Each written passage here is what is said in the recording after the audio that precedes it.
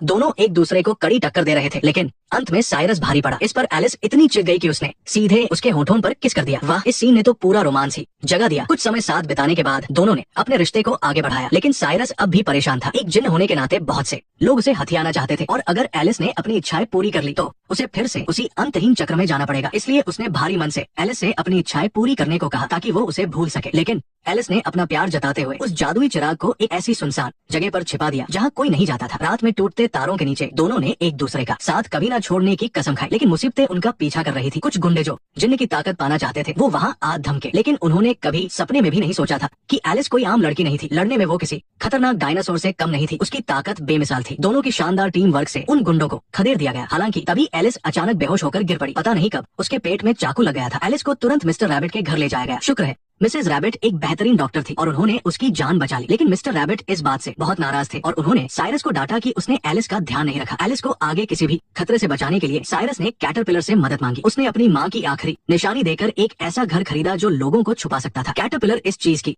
अहमियत अच्छे से जानता था, इसलिए वो बिना कुछ कहे तुरंत मान गया। इसके बाद साइरस ने खुशी खुशी एलिस को वहाँ लाया और कहा कि अब से यही उनका घर होगा। लेकिन एलिस को वहाँ कुछ भी दिखाई नहीं दिया। तब साइरस ने उसे उस घर का जादू समझाया। जैसे ही वो घर के करीब गए वे सीधे एक दूसरे, यहाँ हर तरह का फर्नीचर है, जो कुछ भी चाहिए वो सब है, और एक बहुत बड़ा और शानदार बाथटब भी है। एलिस को ये बहुत पसंद आया। वाह, इसे देखकर तो मुझे भी जलन हो रही है, एकदम जलन और ईर्ष्या। आज के दिन साइरस ने एलिस को आधिकारिक रूप से प्रपोज किया, लेकिन ठीक इसी शानदार पल में रेड क्वीन अपने गुंडों के साथ वहाँ अधमकी। उन्होंने चट्टान के किनारे पर एक भयानक लड़ाई लड़ी और अंत में साइरस को रेड क्वीन के एक जादुई हमले का सामना करना पड़ा और वो चट्टान से नीचे गिर गया। एलिस अपनी आंखों के सामने अपने प्यार को खाई में गायब होते देखती रह गई। अपने प्यार को खोने के गम ने उसे पूरी तरह से तोड़ दिया। कई दिनों बाद वो असली दुनिया में लौट आई, लेकिन अपने प्यार के चले जाने से उसका दिल बुरी तरह टूट चुका था और वो खुद को संभाल नहीं पा रही थी। तभी उसके पिता वहाँ आए। उन्हें अपनी आंखों पर विश्वास नहीं हुआ कि उनकी जो बेटी सालों से गायब थी वो अभी भी जिंदा है। एलिस ने रोते हुए अपने पिता को अपने प्यार के साथ हुए उस भयानक हादसे के बारे में बताया, लेकिन उसके पिता को उसकी कही गई उन अजीब बातों पर बिल्कुल भी विश्वास नहीं हुआ। उन्हें लगा कि एलिस फिर से पागलपन की बातें कर रही है और अब उन्होंने दूसरी शादी कर ली थी। उनकी एक नई पत्नी थी और एक बेटी भी थी। उनका एक नया परिवार बन चुका था। रात में एलिस को फिर से साइरस का सपना आया। साइरस का